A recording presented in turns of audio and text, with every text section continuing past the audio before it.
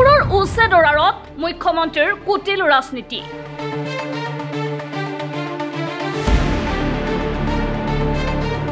Online trading কেলেংকাৰী গাপ দিবলৈ চলোৱা হৈছে মিয়া বিৰোধী অভিযান। ট্ৰেডিং কেলেংকাৰীত জড়িত আছে মন্ত্ৰীৰ পত্নীও। সাৰদা কেলেংকাৰীৰ ৰাজসাক্ষী হিমন্তৰ আশীৰ্বাদতে অসমত ইটোৰ পিছত সিটো কেলেংকাৰী। মুখ্যমন্ত্ৰীৰ বিৰুদ্ধে গুৰুতৰ অভিযোগ বিধায়ক অখিল গগৈৰ।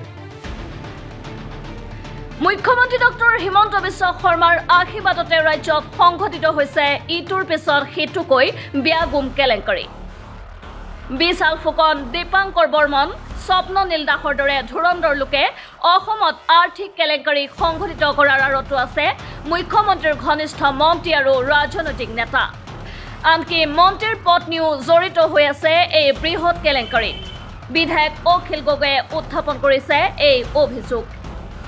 এখন সংবাদমেলত মুখ্যমন্ত্ৰী আৰু তেওঁৰ একাংশ সতীৰ্থৰ বিৰুদ্ধে অভিযোগ উত্থাপন কৰি অখিল গগৈয়ে কয় যে মুখ্যমন্ত্ৰীৰ জ্ঞাতসাৰে অনলাইন ট্ৰেডিং চলাই গৈছিল বিশাল, সুমি, স্বপ্ননীল, দীপাংকৰ বৰ্মন আদিৰ দৰে ধুৰন্ধৰ লোকে। আৰু এই কথা পোহৰলৈ অহাৰ সময়তে অতি কৌশলেৰে উচ্ছেদৰ নামত মিয়া বিৰোধী অভিযান চলাই দিছে মুখ্যমন্ত্ৰী হিমন্তই। জুলুঙৰ মেকুৰী ওলোৱাৰ ভয়তে সোণাপুৰত মিয়া বিৰোধী অভিযান চলাই সৰ্বসাধাৰণ ৰাইজৰ দৃষ্টি আনফালে বোৱাই নিয়াৰ চেষ্টা চলাইছে মুখ্যমন্ত্ৰী হিমন্তই। বিধায়ক অখিল গগৈৰ মতে সাৰদা কেলেংকাৰীত ৰাজসাক্ষী হৈ কোনোমতে জেলৰ ভাত নোখোৱাকৈ থাকিল মুখ্যমন্ত্ৰী হিমন্ত বিশ্ব শৰ্মাই। অসমৰ ইতিহাসত এনে এজন অপৰাধত জড়িত ৰাজসাক্ষীয়ে মুখ্যমন্ত্ৰীৰ আসনত বহি থকাটো এয়াই প্ৰথম। শুনক অখিল গগৈৰ সেই অভিযোগ। 11,000 কোটি টকাৰ এটা অনলাইন ট্ৰেডিং স্কেম সংঘটিত হৈছে অসমত। এই যে কিবা বিশাল ফুকন, এই যে কি বৰ্মন, দীপাংকৰ বৰ্মনৰ কেছটোত 7,000 কোটি টকা, বিশাল ফুকনৰ কেছটোত 2,000 কোটি টকা, 7-2-9, আৰু বাকী গোটেই অগৰং বগৰং গোটেইবিলাক ধৰিলে টোটেল হৈ গ'লগে 11,000 কোটি টকাৰ কেলেংকাৰী। এই 11,000 কোটি টকাৰ কেলেংকাৰীটোত যেতিয়া মন্ত্ৰীৰ নাম লাহে লাহে সোমাবলৈ ধৰিলে, হিমন্ত বিশ্ব শৰ্মাৰ আশে পাশেও দুজন এজন মানুহৰ ফটো ওলাবলৈ ধৰিলে, মন্ত্ৰীবিলাকৰ পত্নীবিলাকৰ ফটোবিলাক ওলাবলৈ ধৰিলে, আকস্মিকভাৱে 9, 10 আৰু 11 তাৰিখৰ দিনা সোণাপুৰত উচ্ছেদ কৰি দিয়া হ'ল। আৰু এইটোতো সকলোৱে জানে যে অসমত কিবা এটা যদি চৰকাৰ বিৰোধী কিবা এটা যদি মানুহৰ প্ৰতিবাদ আহে, লগে লগে এটা ঢোল আছে, সেইটো হ'ল মিয়া ঢোল। মিয়াটোৰ ওপৰত ডগৰা কোবাই দি দিলে হৈ গ'ল আৰু লগে লগে ইছ্যু ডাইভাৰ্ট। এইটোৱে হ'ল সোণাপুৰৰ উচ্ছেদৰ মূল কাহিনী। আমি সকলোৱে জানো যে সোণাপুৰৰ উচ্ছেদটো সোণাপুৰৰ ট্ৰাইবেল মানুহক মাটি ঘূৰাই দিবৰ কাৰণে কৰা নাই। কেলে কৰা নাই মই কৈ দিম বাৰু এটা এটাকে আপোনাক। কিমান মাটি আছে সোণাপুৰত সেইটোও কৈ দিম। মোৰ হাতত একদম সম্পূৰ্ণ তথ্য আছে। গোটেই বিষয়বিলাকত লৈ আমি জড়িত নিজে। আমি ইমান দিন আন্দোলন কৰি আহিছো। আপোনালোকে যদি সঁচাকৈ হিমন্ত বিশ্ব শৰ্মাই সোণাপুৰৰ ট্ৰাইবেল মানুহক ইমান ভাল পায়, তেতিয়াহ'লে ডিমৰীয়াত সেই ট্ৰাইবেল মানুহৰ সমষ্টিটো কেলেনো SC সমষ্টি ঘোষণা কৰি দিলে?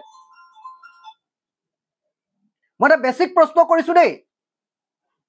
মই আশা কৰোঁ আপোনালোকে বস্তুটো কেটচ কৰিব পাৰিব। যদি হিমন্ত বিশ্ব শৰ্মাই আমাৰ সোণাপুৰৰ, আমাৰ ডিমৰীয়াৰ, আমাৰ ক্ষেত্ৰীৰ ট্ৰাইবেল মানুহবিলাকক, তাৰ বড়ো, তাৰ তিৱা আৰু তাৰ কাৰ্বি মানুহবিলাকক যদি সঁচাকৈ ভাল পায়,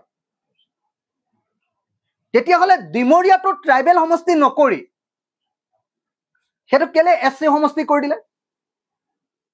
কাৰণ তাত হিন্দু বেংগলী মানুহ আৰু হিন্দু বাংলাদেশীও তাত আছে। আপোনালোকে সকলোৱে দেখিছে। তাত অকল এটা জাতিৰ মানুহক, মিয়া মানুহৰ ওপৰত উচ্ছেদ কৰা হৈছে। নন প্ৰটেক্টেড ক্লাছ কিন্তু অকল মিয়া মানুহে নাই তাত। কেলে? 2026 চনৰ নিৰ্বাচনীৰ প্ৰস্তুতিৰ অংশৰূপে মিয়া নামৰ এই কাৰ্ডখন আকৌ খেলিবলৈ আৰম্ভ কৰা হৈছে। এই সময়ত বিজেপি চৰকাৰৰ একমাত্ৰ বস্তুটো হ'ল মুছলিম বিদ্বেষ বিয়পাই দিয়া। উজনি অসমত যেতিয়াই বিজেপি বিৰোধী ঢৌ আহি গ'ল,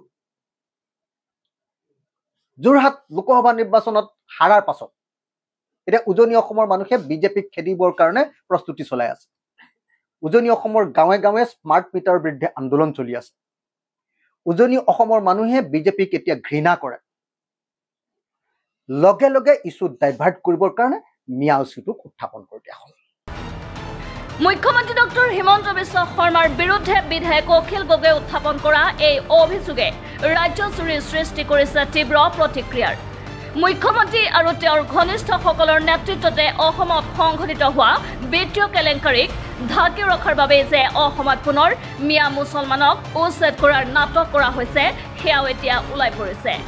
মুখ্যমন্ত্ৰী হিমন্ত বিশ্ব শৰ্মাই এই অভিযোগৰ প্ৰত্যুত্তৰ কেনেদৰে দিয়ে সেয়াহে হ'ব লক্ষণীয়।